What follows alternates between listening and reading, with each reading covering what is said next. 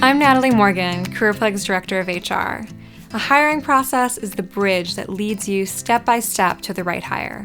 So let's talk about how to design a hiring process. There is no one right way to build a hiring process, but here is a basic, effective workflow that we also use at CareerPlug.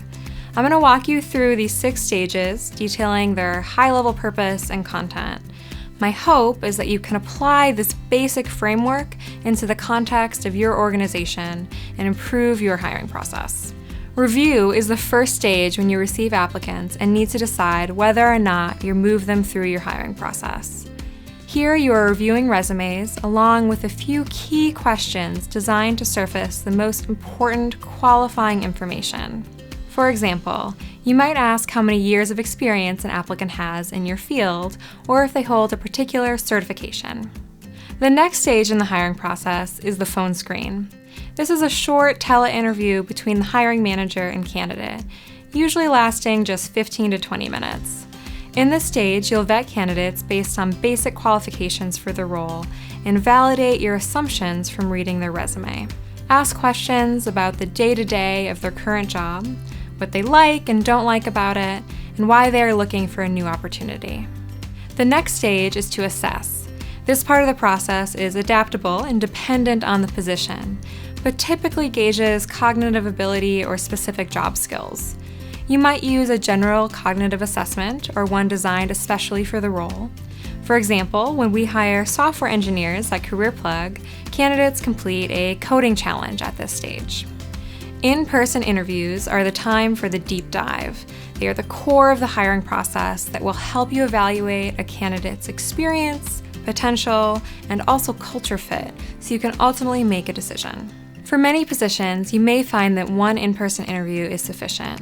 For senior level positions, you might need 2 or 3 interviews, depending on the number of internal stakeholders who need to be involved. Any more interviews than that is most likely too many interviews. Again, resist decision paralysis by dragging out the hiring process. After your interviews, the last steps in the hiring process are to verify what you've learned about the candidate by conducting reference checks and making an offer. Don't skip this verification step. Reference checks should validate what you've learned, giving you the confidence that you're making the right decision. They can also give you insight on how to effectively manage this person. You might also include background checks at this point in the hiring process.